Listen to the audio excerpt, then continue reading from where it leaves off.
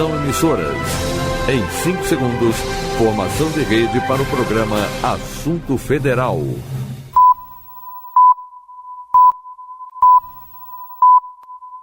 Está no ar o Assunto Federal. Conteúdo que faz a diferença. Olá, ouvinte. Hoje é terça-feira, 25 de março de 2025. Eu sou Luciano Seixas e está começando agora o Assunto Federal. Até às 5 da tarde, a gente traz muita informação e prestação de serviço para você. Estamos ao vivo, direto de Brasília, pelo streaming do site radiogov.ebc.com.br e também via satélite para emissoras parceiras de todo o país. Fica com a gente porque aqui tem conteúdo que te interessa e que faz a diferença. Aqui o assunto é federal. Com os trabalhos técnicos do grande José Alves e a produção da equipe da Rádio Gov, da empresa Brasil de Comunicação, EBC, a gente começa agora com o nosso Giro de Notícias. É hora do Giro de Notícias. O presidente Lula e a comitiva brasileira, formada por vários ministros, teve um primeiro dia intenso de agendas da visita de Estado ao Japão. Nesta terça-feira, Lula recebeu as boas-vindas do imperador japonês Naruhito e da imperatriz Masako no Palácio Imperial, quando ainda era noite de segunda aqui no Brasil. Lembrando que lá são 12 horas a mais que o horário de Brasília. E durante um jantar oferecido pelo imperador, o presidente destacou a parceria estratégica entre Brasil e Japão em 130 anos de relações diplomáticas.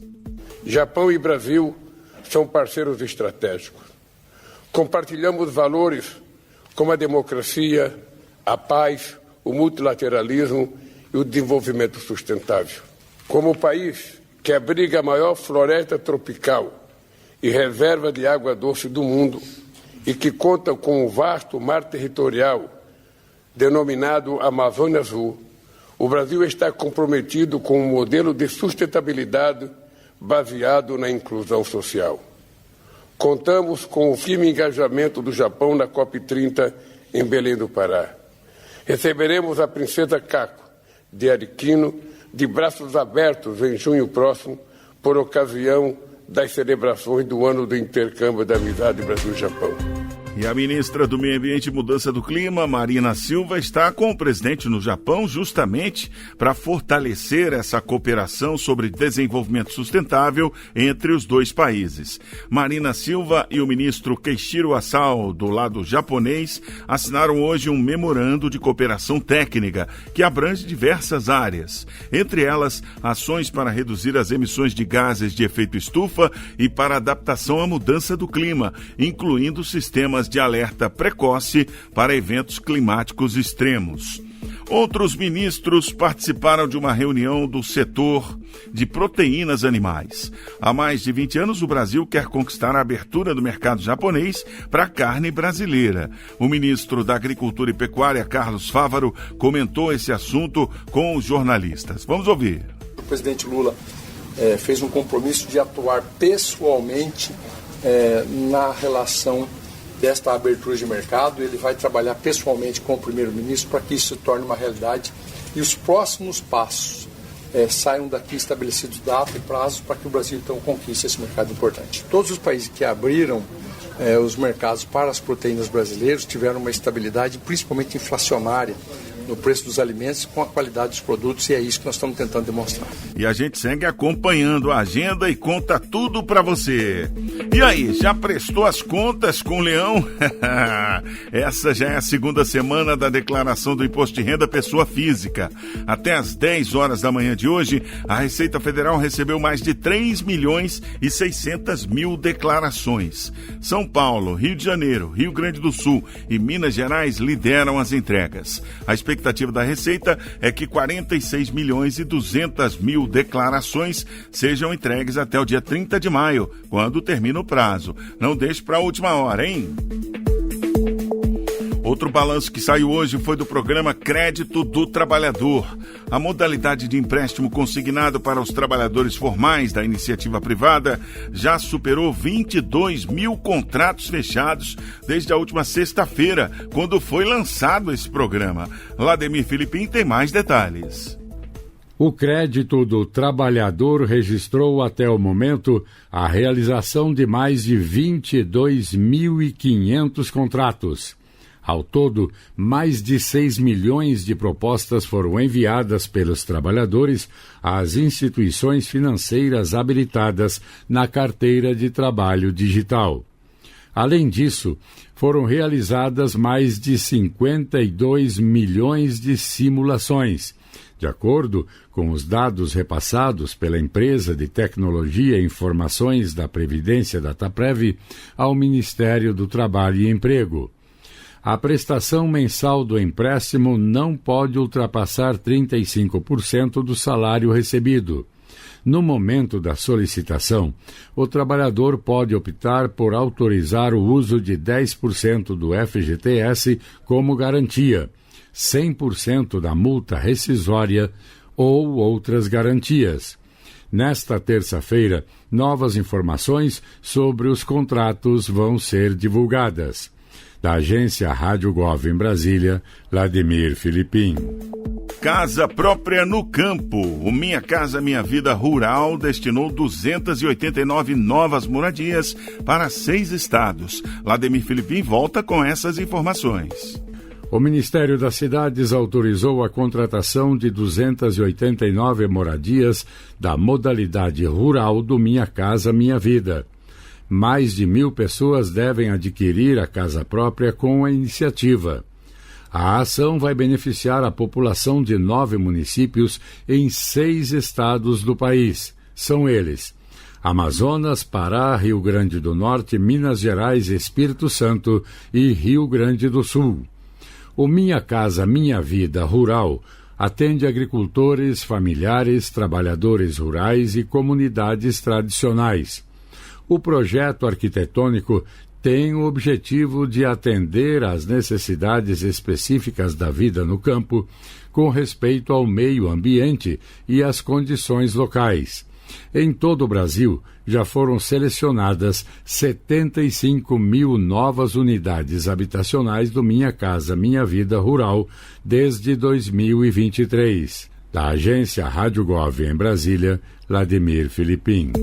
E o Ministério das Relações Exteriores pediu por meio de nota esclarecimentos a Israel sobre a morte de um adolescente brasileiro em uma prisão no território israelense. Lucília Araújo. Em nota emitida pelo Itamaraty nesta terça-feira, dia 25, o governo brasileiro pediu esclarecimentos a Israel sobre a morte do brasileiro Walid Khalid Abdallah Ahmad, de 17 anos, detido na Cisjordânia e levado à prisão de Megido, em território israelense. Walid foi preso por forças israelenses em setembro de 2024, mas as circunstâncias e a data exata da morte do adolescente ainda não foram esclarecidas. De acordo com o Itamaraty, 11 brasileiros seguem presos atualmente em Israel, a maioria sem acusações formais, o que fere o direito internacional humanitário. O Escritório de Representação do Brasil em Ramala acompanha a família do jovem e presta assistência consular. O governo brasileiro manifestou solidariedade aos familiares da vítima e solicitou uma investigação rápida e independente sobre o caso. Da agência Rádio Gov em Brasília, Lucília Araújo. Uma caravana esclarece os direitos da população do Vale do Rio Doce, atingida pelo desastre do rompimento da barragem de Fundão, em Mariana, Minas Gerais, há 10 anos. Vamos saber mais na reportagem de Luana Karen. Até a próxima sexta-feira, representantes de 15 ministérios vão percorrer 22 territórios de Minas Gerais e Espírito Santo para informar a comunidade sobre os termos do acordo firmado em 2024 entre o poder público e os responsáveis pelo rompimento da barragem do Fundão, em Mariana. Cerca de 90 técnicos do governo federal vão se dividir em 5 equipes para apresentar os pontos do novo acordo e tirar dúvidas das comunidades, como destacou o ministro Márcio Macedo, da Secretaria-Geral da Presidência da República. O objetivo é dar as informações corretas para evitar fake news, evitar desinformação e agir de forma muito transparente com as comunidades e as populações que foram atingidas e afetadas por essa tragédia. A caravana vai atender o público geral e povos tradicionais, como indígenas e quilombolas. As equipes vão percorrer toda a área atingida pelo desastre, desde Mariana até a Foz do Rio Doce, no Espírito Santo, incluindo o litoral capixaba. Flávio José Roman, secretário-geral de consultoria da Advocacia Geral da União, detalhou a destinação desses recursos. Então, esse acordo prevê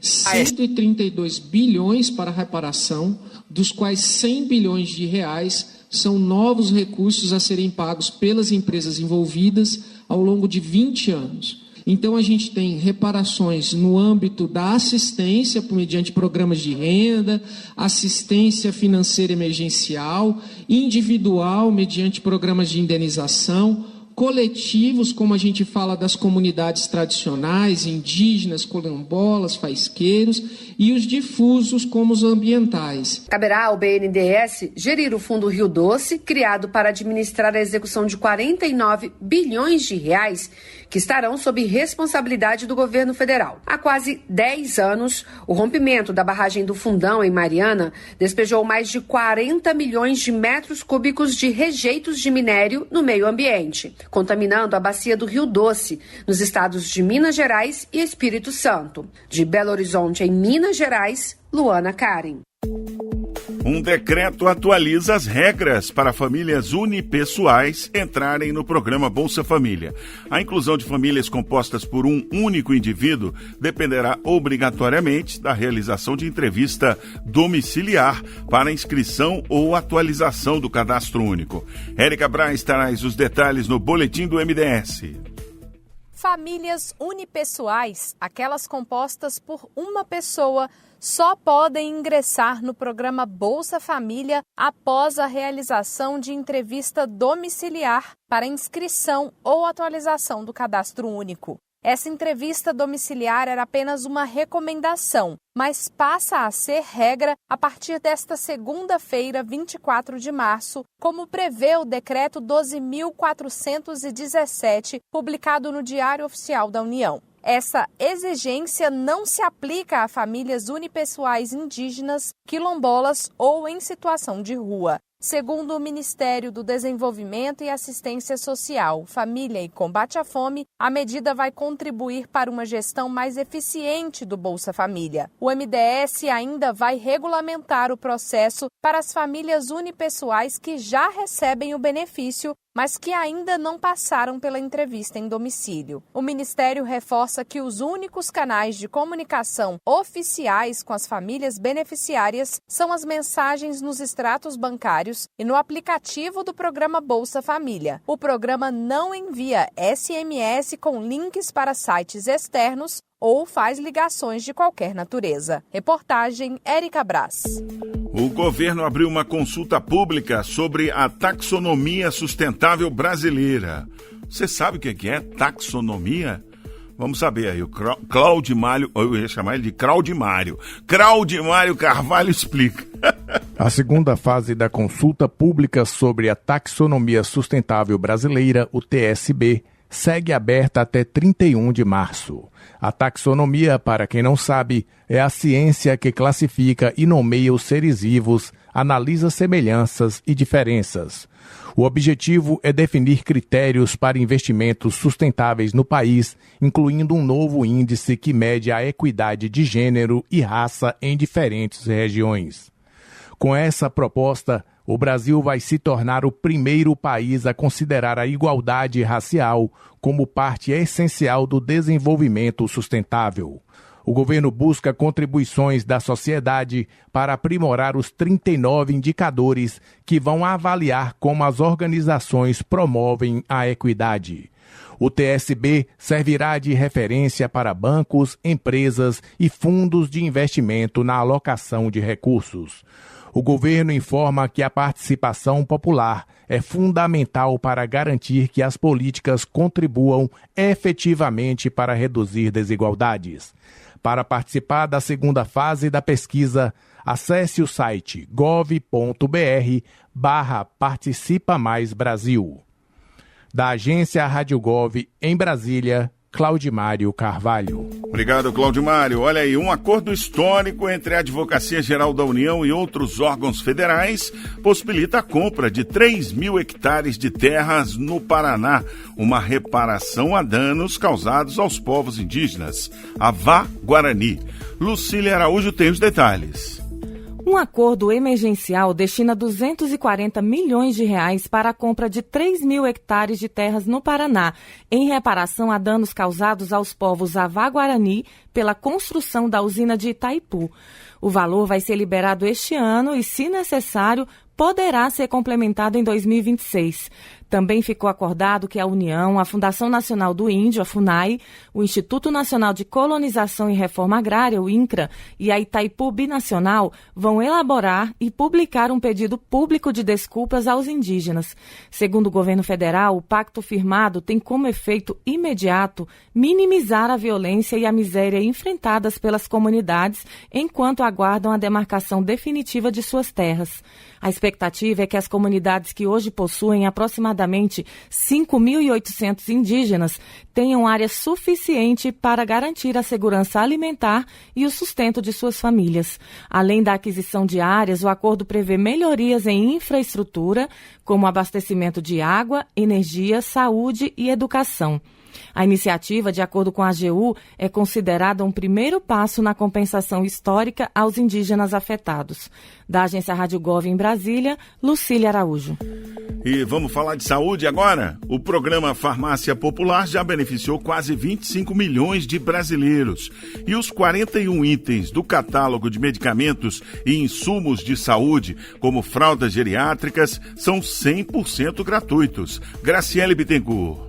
Quem tem uma doença crônica ou precisa de medicamentos de uso contínuo sabe o quanto o preço dos remédios pode pesar no orçamento. É o caso da aposentada Laura Brito, de Brasília. Para tratar a diabetes e a pressão alta, ela toma 4 remédios todos os dias. Se fosse para pagar, era um custo bem elevado. Eu ganho salário mínimo. Não tendo que comprar essa medicação já é um valorzinho a mais para a gente ficar, né? Porque a gente não tem só medicação para comprar. Já é possível retirar mais de 40 medicamentos e insumos totalmente de graça nos estabelecimentos credenciados pelo Farmácia Popular. São remédios para tratar doenças como hipertensão, diabetes, asma, osteoporose, colesterol e até rinite. O diretor do Departamento de Assistência Farmacêutica e Insumos Estratégicos do Ministério da Saúde, Marco Aurélio Pereira, destacou o impacto do programa na vida da população. Então, a capilaridade da rede de farmácias e drogarias credenciadas ao programa e com essa facilidade do horário, proximidade de casa,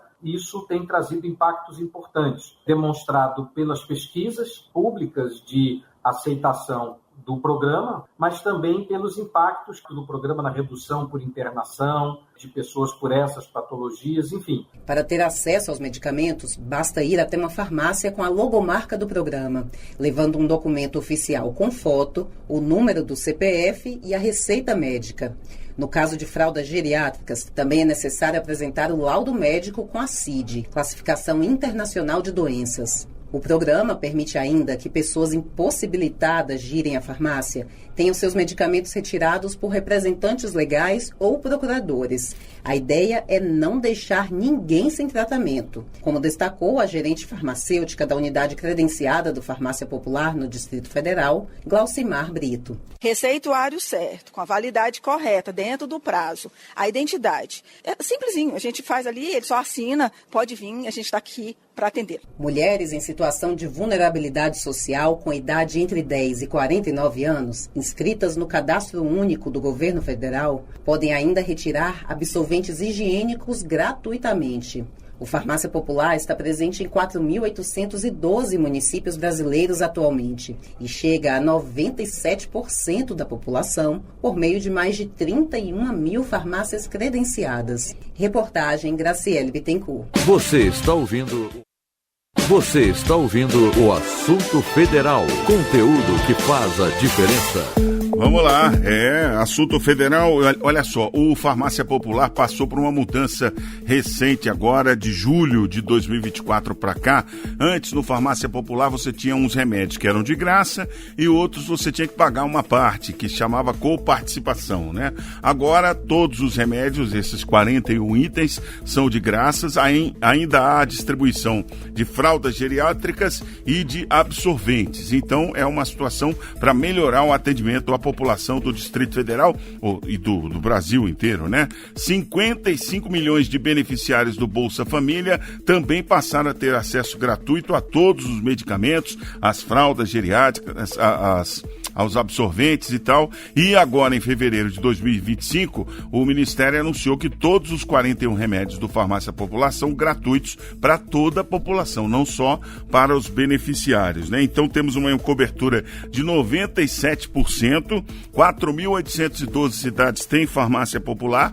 Agora, você tem que ter a receita médica. Pode ser de médico do SUS, né, do atendimento público, pode ser de médico particular. Só que a receita tem que vir com o medicamento exato e na medida exata. Se você for tomar, por exemplo, atenolol, que é um remédio para pressão alta, e aí o médico passar atenolol 100, aí não é, porque o que o Farmácia Popular dá de graça é o atenolol 25. Então você tem que pedir para o médico atenolol 25. Enfim, tem muito médico que compreende essa situação e que passa esses remédios com facilidade, né? Tá aí os detalhes para você do Farmácia Popular. E agora vamos saber a previsão do tempo. Vamos saber como está o tempo em todas as regiões do país. Roda a previsão aí, Zé. Previsão do tempo para esta terça-feira, 25 de março de 2025. Centro-Oeste. Cuiabá do Mato Grosso tem nesta terça-feira tempo encoberto com chuvisco, com os termômetros registrando mínima de 25 e máxima de 32 graus. A umidade relativa do ar é de 100 a 70%. Goianira, em Goiás, comemora aniversário com tempo encoberto com chuvisco pela manhã e encoberto com chuva isolada à tarde. A temperatura mínima é de 22 e a máxima de 28 graus. A umidade relativa do ar é de 90 a 70%. Nordeste. Recife, em Pernambuco, apresenta tempo encoberto pela manhã e claro com sol à tarde. A temperatura marca mínima de 25 e máxima de 32 graus. A umidade do ar vai de 100 a 40%. Iracema, no Ceará, festeja aniversário com sol entre muitas nuvens pela manhã e encoberto à tarde. A temperatura oscila entre 21 e 37 graus. A umidade do ar é de 80 a 30%. Norte. Boa Vista, em Roraima, tem sol entre muitas nuvens pela manhã e claro com sol à tarde. A temperatura mínima é de 23 e a máxima de 35 graus. A umidade do ar é de 80 a 40%. O município de Bagre, no Pará, comemora aniversário com tempo encoberto com chuva isolada. A temperatura mínima é de 24 e a máxima de 29 graus. A umidade do ar é de 100 a 80%. Sudeste. A cidade do Rio de Janeiro tem tempo encoberto com chuvisco. A temperatura mínima é de 22 e a máxima de 34 graus. A umidade do ar vai de 100 a 60%. A cidade de Cachoeiro de Itapemirim, no Espírito Santo, festeja aniversário com tempo encoberto com chuvisco. A temperatura mínima é de 23 e a máxima de 33 graus. A umidade do ar é de 90 a 40%. Sul. Curitiba, no Paraná, tem tempo encoberto pela manhã e encoberto com chuvisco à tarde. A temperatura mínima é de 17 e a máxima de 31 graus. A umidade do ar é de 100 a 40%. O município de Caçador, em Santa Catarina, celebra aniversário com tempo encoberto com chuvisco. A temperatura mínima é de 17 e a máxima de 30 graus. A umidade relativa do ar fica entre 100% e 40%. Você ouviu a previsão do tempo para esta terça-feira, 25 de março de 2025. Com informações do INMET, o Instituto Nacional de Meteorologia, da agência Rádio Gov em Brasília, Vladimir Filipim. E agora eu aproveito para mandar aquele abraço para todos os moradores das cidades que a gente ouviu aí que fazem aniversário hoje. Parabéns para Goianira, em Goiás, Iracema, no Ceará, Bagre, no Pará, Cachoeiro de Itapimirim, no Espírito Santo e Caçador, em Santa Catarina, que completam mais um ano hoje. Abrindo aqui o Comunica BR para ver como o governo federal está chegando na sua cidade, eu vejo que 5.300 famílias recebem o benefício mensal médio de R$ 695 do Bolsa Família em Goianira, Goiás. Em Iracema, R$ 2.500.000 foram firmados em 18 contratos de financiamento com grandes agropecuaristas ali de Iracema. E R$ 6.800.000 foram feitos 506 contratos via Pronaf, aí para o pequeno agricultor familiar, que é maioria lá em Iracema. Bagre, na região norte, Bagre lá no estado do Pará, né? Bioma amazônico, 189 famílias são beneficiárias do programa Bolsa Verde, que é um programa de transferência de renda para famílias em situação de extrema pobreza que vivem em áreas de relevância para a conservação ambiental. Funciona como um incentivo às comunidades para que continuem usando de forma sustentável os territórios onde vivem. É a história da Floresta em Pé, né? Lá em Bagre, 189 famílias recebem a cada 3 meses R$ 600, sendo que 91% dessas famílias são chefiadas por mulheres. Cachoeiro do Itapimirim, Espírito Santo, mais do que a cidade do Roberto Carlos, né, famosa. Cachoeiro possui uma das maiores jazidas de mármore do Brasil. É um centro internacional de rochas ornamentais, sendo que é responsável pelo abastecimento de 80% do mercado brasileiro de mármore. Sai tudo de lá, de Cachoeiro de Itapimirim. Foram contratados mais de 133 milhões de reais em operações de crédito produtivo para empresas da cidade e mais de 34 milhões em 556 operações do Pronamp, que é aquela linha de crédito do governo federal para micro e pequenas empresas de Cachoeiro de Itapimirim. Caçador, em Santa Catarina, olha só. A economia da cidade se desenvolveu através da extração e industrialização da madeira. No primeiro momento foi aquela coisa bruta, né? A retirada das florestas centenárias de araucária e imbuia ali da região. Ninguém ligava nada disso, ninguém falava disso, né? Era o início dos tempos. E aí a exaustão completa das florestas lá de Caçador. Aí veio o reflorestamento, só que em vez de botar araucária e imbuia árvores nativas, colocaram o pinus, que cresce mais rápido e dá aquela madeirinha clara, né, para móveis, muito utilizada. Hoje o município conta com alguns dos maiores empresas no ramo madeireiro do sul do país. O território do município tem 2 áreas de proteção da natureza: a Reserva Florestal Embrapa e Pagre e a Floresta Nacional de Caçador. Essa aí é administrada pelo Instituto Chico Mendes de Conservação da Biodiversidade, o ICMBio, e contribui com reflorestamentos, agora sim, da nativa araucária, para a preservação dessa espécie única, que é símbolo de toda a região, né? E segundo a União Internacional para a Conservação da Natureza e dos Recursos Naturais, a araucária continua em perigo crítico de extinção. Pois bem, contei toda essa história para dizer que Caçador teve uma ação de fiscalização do IBAMA em 2024. Resultou em quê? Uma infração. Uma fiscalização virou infração ambiental com embargo ambiental. Embargo ambiental é aquela situação de sanção administrativa aplicada pelo IBAMA para interromper atividades que causem danos ao meio ambiente. Visa a regeneração do meio ambiente e a recuperação da área degradada. O embargo ambiental é aplicado em caráter de urgência durante a fiscalização. Começa na hora. A área embargada é isolada para que possa retornar ao seu estado original. original. Isso nós estamos falando de 2024, 2025, né? Quer dizer, ninguém aprendeu nada com aquela história lá de terem acabado com as araucárias e imbuias do início da cidade de Caçador, Santa Catarina. Como é que eu sei de tudo isso? Tá tudo lá no Comunica BR. Você joga na internet Comunica BR e coloca a sua cidade, vai aparecer uma série de dados do governo federal. O que o governo federal tá fazendo aí na sua cidade. Tá legal? E olha, você ainda vai ouvir no nosso Assunto Federal os destaques da Voz do Brasil de hoje e muito mais. Fique com a gente. Agora, pelo horário de Brasília, são 4:30. Assunto Federal.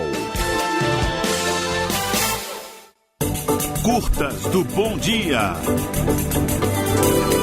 Está na hora do Curtas do Bom Dia, com alguns dos principais temas tratados pela convidada de hoje do Bom Dia Ministra, a ministra Simone Tebet, no bate-papo com a jornalista Karine Melo, a emissoras de rádio de vários estados. A ministra do Planejamento e Orçamento enfatizou a recente aprovação do orçamento de 2025, destacando que o processo envolveu negociações com o Congresso Nacional.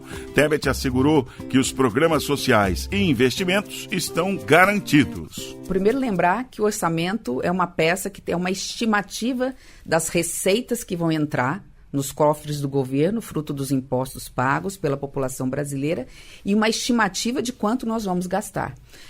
Como é que se faz na hora desse estica, né, para quem dá e para quem não dá? A gente estabelece prioridades. Nós temos o planejamento para isso. O que é essencial? A pergunta que a gente sempre faz: que Brasil nós queremos? Para quem nós queremos esse Brasil? E quem mais precisa de políticas públicas? Então, tem mais dinheiro na saúde, na educação, nos projetos sociais, nos projetos que alavancam a produtividade e o desenvolvimento do Brasil. Então, dentro dessa composição, ela é feita não só pelo Executivo, ela é feita também pelo Congresso Nacional. O Congresso Nacional tem também as suas prioridades, através dos diálogos nós vamos ajustando. E nós temos, ao longo dos anos, dos meses, a oportunidade de mandar projetos onde a gente faz remanejamento do orçamento, ou seja, não vai faltar nenhum centavo para o Bolsa Família. O pé de meia, nós é que resolvemos não colocar todo ele no orçamento agora, porque nós temos uma decisão do Tribunal de Contas, então nós vamos colocar a primeira parte no meio do ano, a gente coloca o restante no orçamento. A ministra ressaltou a importância da integração sul-americana por meio das rotas de integração, que reforçarão o comércio com os países da América do Sul e o acesso do Brasil aos mercados do continente asiático. Provavelmente a maior entrega do governo do presidente Lula. A Rota de Integração Sul-Americana, ela está com obras no PAC, são mais de 170, mas as essenciais são um pouco mais de 30.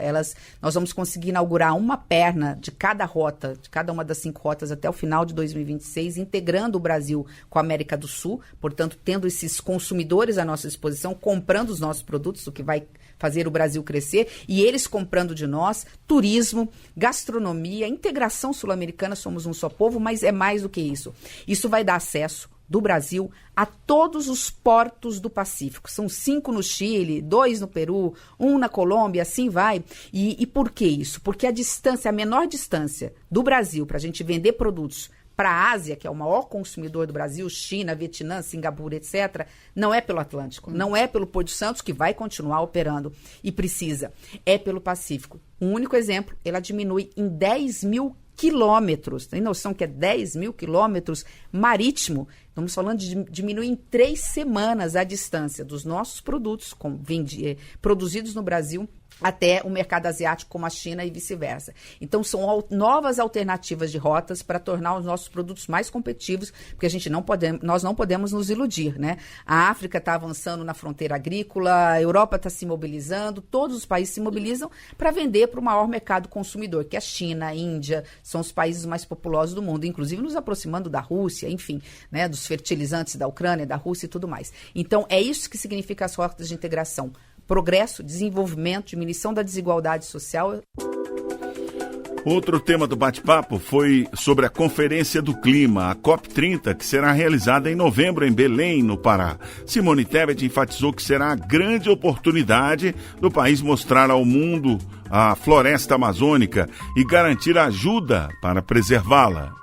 Primeira COP30 vai ser uma grande oportunidade, né, do Brasil mostrar para as maiores autoridades do mundo o que é a floresta amazônica. Acho que esse é o grande legado da COP30, mais do que qualquer outra coisa. E a partir daí nos ajudarem a preservar a floresta. Nós temos avançado muito nessa pauta, especialmente na diminuição do desmatamento ilegal na Amazônia, no Pantanal. Eu venho do estado onde tem o Pantanal, que é o bioma mais frágil do Brasil. Ele é menorzinho, então as pessoas às vezes se esquecem dele, onde mais de 50% das suas águas perderam-se definitivamente. Nos últimos 35 anos, nós perdemos metade das áreas alagáveis do Pantanal e não voltarão.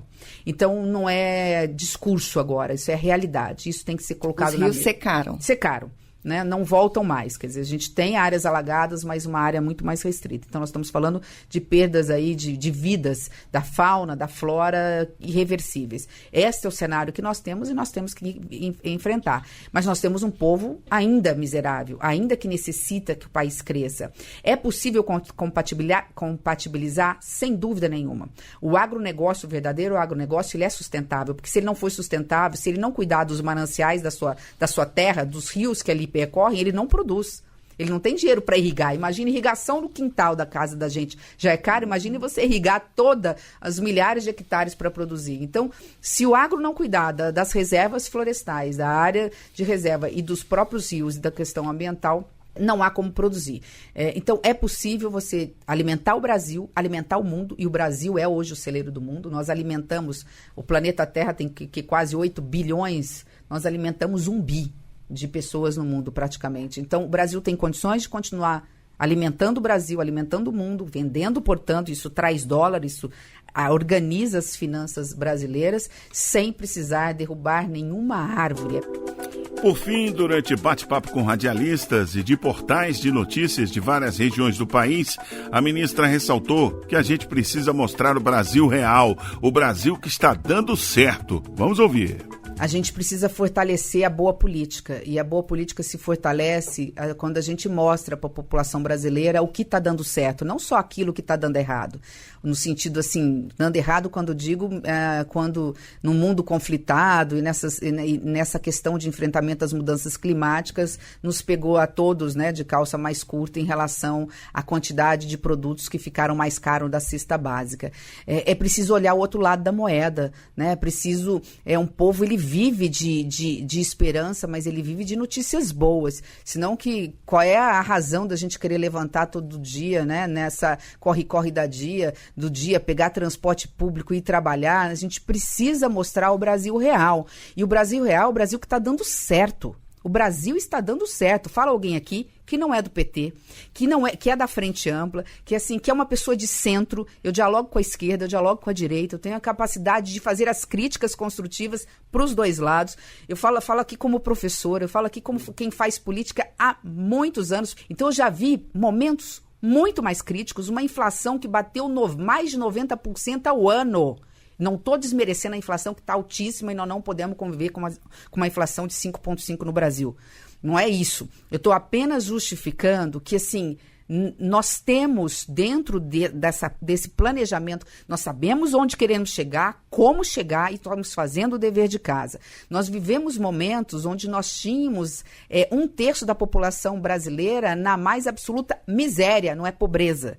Estamos saindo do mapa da fome, nós nunca tivemos tantas pessoas empregadas, e fazendo um parênteses, nós nunca tivemos tantos jovens no mercado de trabalho, nunca tivemos tantas mulheres no mercado de trabalho. A massa salarial, embora o alimento esteja caro, né, lá atrás, no governo passado, ele estava caro e o salário mínimo só subia com a inflação. Agora o salário mínimo sobe com a inflação mais um percentual, ou seja, está tendo ganho de massa salarial.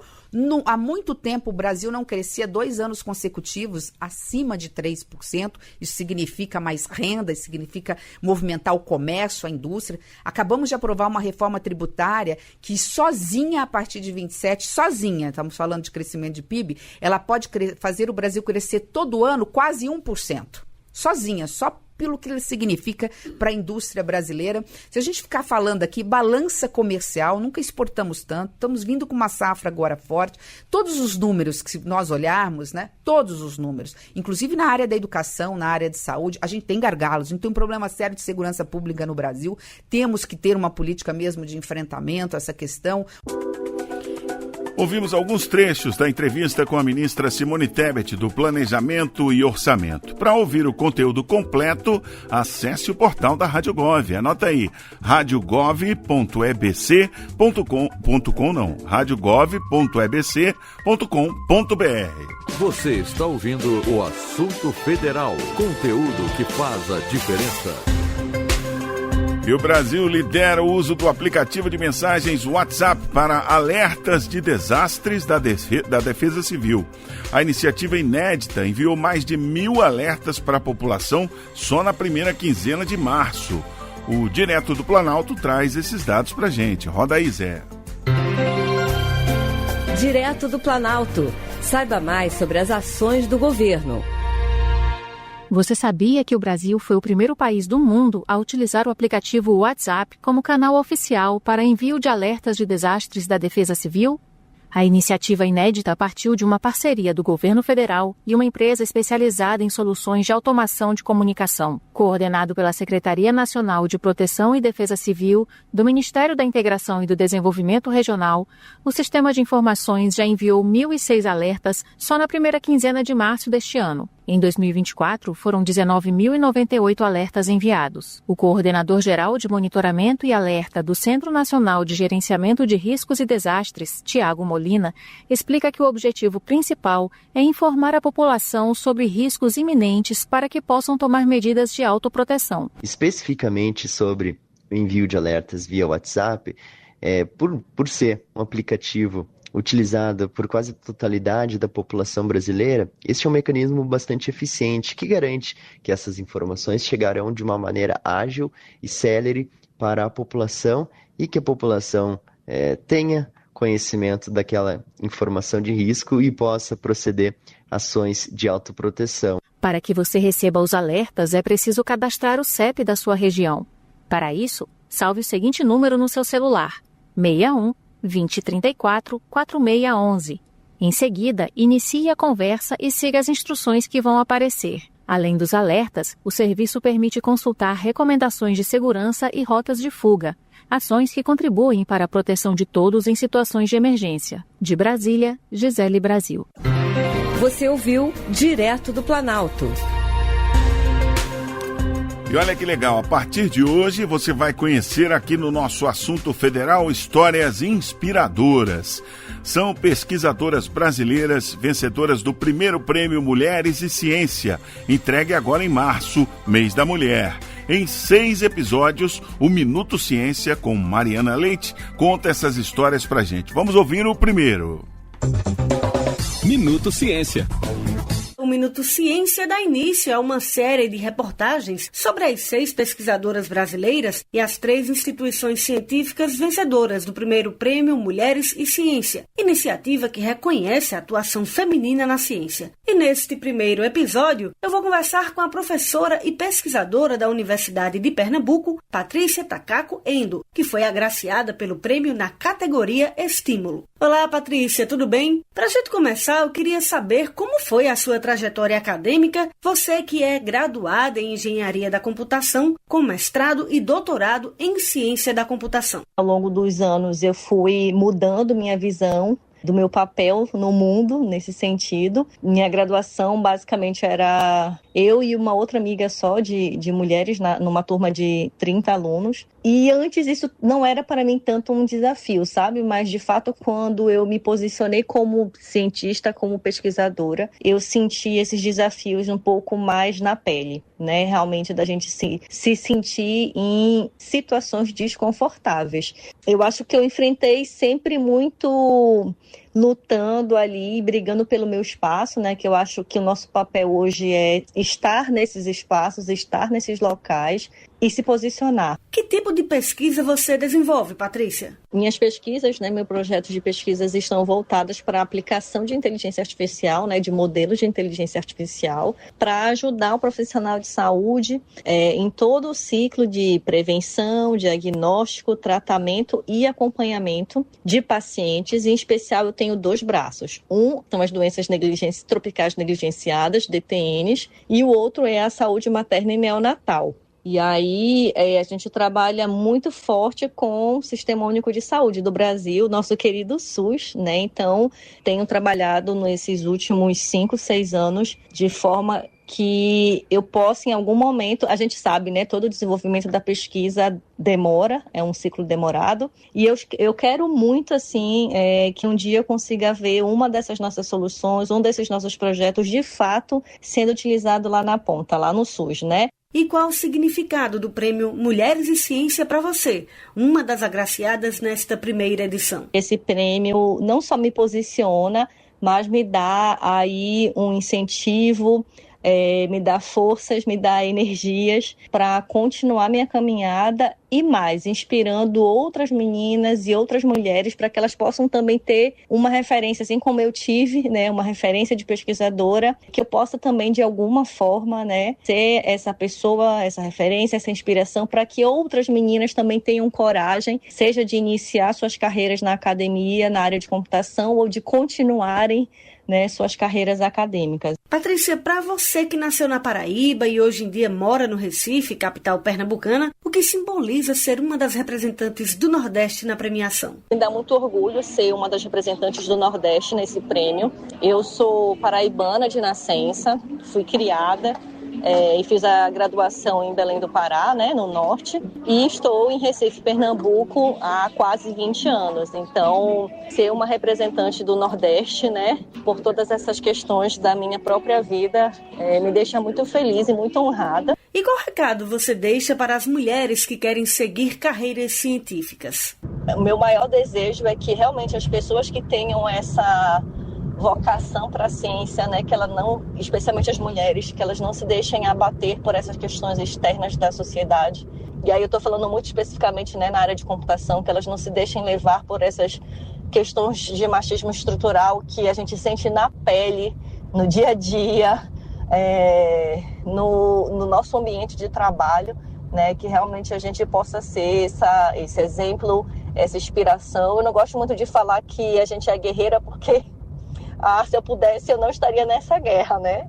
Se a gente pudesse escolher, mas que realmente é que a gente possa seguir o nosso caminho, construir o nosso sonho e principalmente ser feliz durante essa caminhada, sabe? O Minuto Ciência conversou com Patrícia Taqueco Endo, uma das vencedoras do Prêmio Mulheres e Ciência, promovido pelo Ministério da Ciência, Tecnologia e Inovação, em parceria com o Conselho Nacional de Desenvolvimento Científico e Tecnológico, o Ministério das Mulheres, Conselho Britânico e o Banco de Desenvolvimento da América Latina e Caribe. O Minuto Ciência fica por aqui, com produção de Ayana Carneiro, reportagem Mariana Leite. Até a próxima!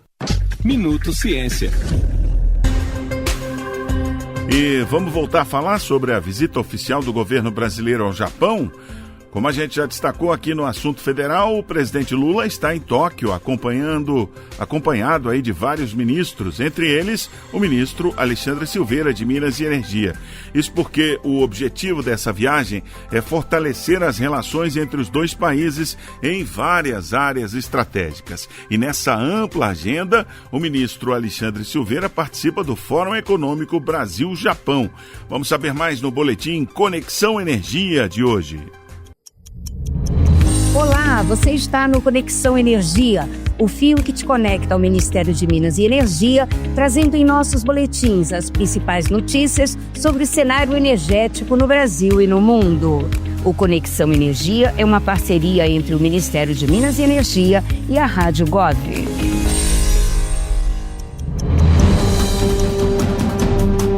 O ministro Alexandre Silveira participa ao lado do presidente Luiz Inácio Lula da Silva do Fórum Econômico Brasil-Japão. O encontro celebra os 130 anos de amizade entre as nações e busca novas perspectivas para ampliar as relações comerciais. O fortalecimento das relações com o Mercosul também é destaque no encontro. O ministro Alexandre Silveira participa do painel Cooperação Econômica Japão-Mercosul e realiza palestra no High Level Ministerial Session. Descarbonização e energias renováveis e cooperação Brasil-Japão no desenvolvimento sustentável também serão temas debatidos no fórum, além de encontros com o imperador Naruhito e o primeiro-ministro Shigeru Ishiba. O presidente Lula assina acordos estratégicos em ciência e tecnologia, saúde e educação. O Ministério de Minas e Energia publicou a Agenda Regulatória 2025-2027, que define as diretrizes prioritárias para o setor energético nos próximos 3 anos. Segurança energética, transição para fontes renováveis e descarbonização são os temas em destaque. A nova agenda segue os princípios da política de governança do Ministério por meio do Programa de Análise de Impacto Regulatório do MME. O ministro Alexandre Silveira destacou a importância de uma regulação moderna e eficiente que equilibra a segurança energética, desenvolvimento econômico e sustentabilidade. Disse também que a prioridade é garantir previsibilidade para os investidores, fortalecer a matriz energética nacional e impulsionar a transição para fontes mais limpas e renováveis. Para mais informações, acesse a portaria MME 829/2025. O Conexão Energia fica por aqui. Mais informações, acesse www.mme.gov.br. Nossos boletins têm a produção e apresentação de Nise Quintas e edição de Ana Lúcia Ferreira e Bruno Piuí. O Conexão Energia é uma parceria do Ministério de Minas e Energia e a Rádio Gov.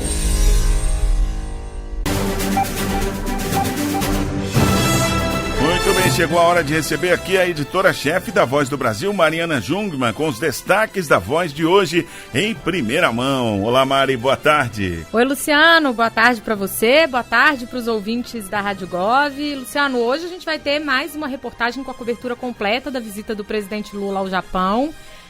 Hoje houve uma reunião muito importante lá do presidente com ministros brasileiros e exportadores de carne do Brasil. Você sabe que o Japão é um dos países que mais importa carne no mundo e é um mercado que a gente ainda precisa abrir. O Japão não compra carne do Brasil atualmente. Então essa é uma das missões, das principais missões da comitiva do governo brasileiro lá. Por isso que empresários, inclusive exportadores de carne, acompanharam o presidente Lula, integrantes da Associação Brasileira das Indústrias Exportadoras de Carne. Uma boa chance, né? Boa chance. Exatamente. E aí o nosso repórter que está lá no Japão, Pablo Mundim, acompanhando tudo isso, acompanhou tudo isso que aconteceu. Foi ao longo do dia de hoje no Japão, madrugada no Brasil, né? Essas 12 horas de fuso horário deixa a gente doidinho, ainda tem uma dificuldade técnica, né? Imagina, né? 7 horas da noite aqui, 7 horas da manhã lá. Como é que prepara a reportagem? É durante a madrugada? Então, tem toda uma logística, viu? E aí o presidente Lula também foi recebido hoje pelo imperador Naruhito e pela imperatriz Masako, lá em Tóquio, e foi um encontro importante, porque esse tipo de recepção imperial lá, ela não acontece sempre, não. É rara, né? Eles não saem abrindo a porta assim de qualquer jeito, não. E aí, Luciano, é um momento importante também para reforçar as relações entre os dois países, né? Existe uma comunidade de brasileiros muito grande morando no Japão e, ao mesmo tempo, a gente tem aqui uma vasta descendência de japoneses no Brasil também. Eu mesma sou casada com um descendente japonês. Então, aí, o bairro da Liberdade que eu digo, lá em São Paulo, né? O pessoal do Paraná também, então uma colônia muito grande no Paraná. Então a gente vai falar muito sobre isso hoje, ainda na Voz do Brasil, e vamos ter também, hoje na Voz, uma entrevista com o presidente do IPHAN, o Instituto do Patrimônio Histórico e Artístico Nacional, Leandro Graz. E, entre outras coisas, ele vai falar sobre aquela região que a gente comentou aqui outro dia, da Pequena África, que reúne uma série de sítios históricos. Porto do Valongo e tal, né? O Cais do Valongo lá no Rio. Exatamente, o Cemitério dos Pretos Novos, enfim. é uma região importante. Ele vai falar um pouco disso pra gente, vai falar também da reconstrução daquela igreja que caiu em Salvador no ano passado, como é que está essa recuperação e como é que o IPHAN atua, né, na preservação de patrimônios como esses. Bem interessante. A partir das 7h para todas as emissoras de rádio do Brasil, né? Eu e você, Luciano, daqui a pouquinho, hein? Valeu, Mariana, obrigado. Tchau, tchau. Assunto Federal. Momento Serviço. Os pagamentos do Bolsa Família continuam amanhã, quarta-feira, para beneficiários com NIS de final 7. Vamos saber mais no Caixa Notícias. Caixa Notícias. A Caixa inicia nesta quarta-feira, dia 26, o pagamento do Bolsa Família referente ao mês de março para os beneficiários com o número de identificação social, o NIS, terminado em 7. O pagamento é realizado preferencialmente na poupança Caixa ou conta Caixa Tem. Com a conta Caixa Tem, os beneficiários podem pagar contas e fazer transferências diretamente pelo aplicativo no celular. O benefício também pode ser movimentado com o cartão de débito da conta em comércios, unidades lotéricas, correspondentes Caixa Aqui, terminais de autoatendimento e agências da Caixa. Além disso, é possível realizar saques sem cartão nos terminais de autoatendimento e unidades lotéricas, utilizando a identificação biométrica previamente cadastrada em uma agência da Caixa. No aplicativo Bolsa Família, é possível acompanhar as informações do benefício, além de receber atualizações e novidades sobre o programa. Para baixar os aplicativos Caixa Tem e Bolsa Família, basta acessar a loja de aplicativos do seu smartphone. É gratuito. E termina na sexta-feira a Escuta Nacional de Professores e Professoras que ensinam matemática. Legal, né? Uma iniciativa aí do MEC. Então você que é professor ou professora de matemática, não perde a oportunidade de participar e expressar as suas necessidades. Lademir Filipim. O Ministério da Educação vai concluir na próxima sexta-feira, 28 de março, a Escuta Nacional de Professores e Professoras que ensinam matemática. A iniciativa já ouviu profissionais do ensino fundamental e do ensino médio, da educação básica e da educação profissional e tecnológica de 26 estados e do Distrito Federal, em mais de 2.000 municípios. O objetivo é coletar contribuições dos docentes a fim de orientar e definir ações e estratégias para a melhoria da aprendizagem nessa área de conhecimento, com base nas necessidades e nas demandas apontadas pelos professores. Com a iniciativa, o MEC espera melhorar as práticas pedagógicas no país e fortalecer a importância dos educadores.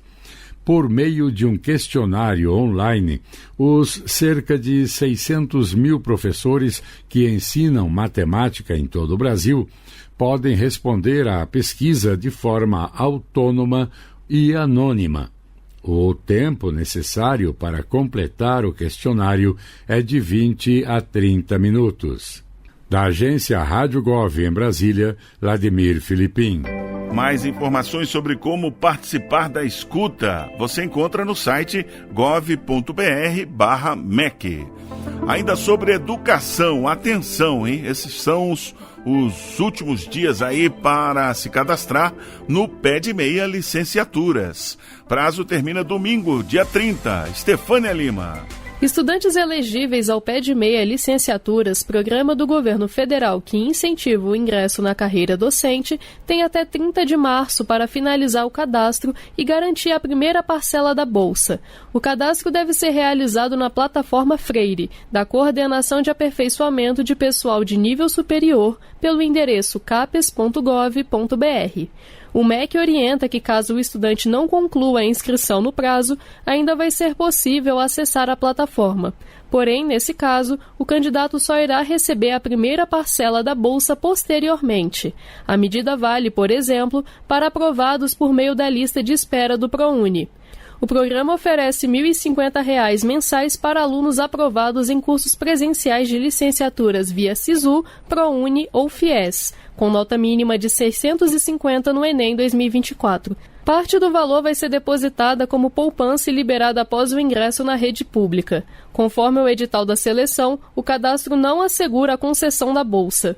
O resultado final com a confirmação estará disponível para os candidatos em 14 de abril e o MEC disponibilizou até 12 mil bolsas para este ano. Acesse mais informações em gov.br/MEC. Com supervisão de Lucília Araújo, da agência Rádio Gov em Brasília, Estefânia Lima. Acabou, mas amanhã tem mais. A partir das 4 da tarde, espero você para mais um Assunto Federal, cheio de informação que faz a diferença no seu dia a dia. Um ótimo fim de tarde para você e até quarta. Rádio Gov, tudo o que você precisa saber.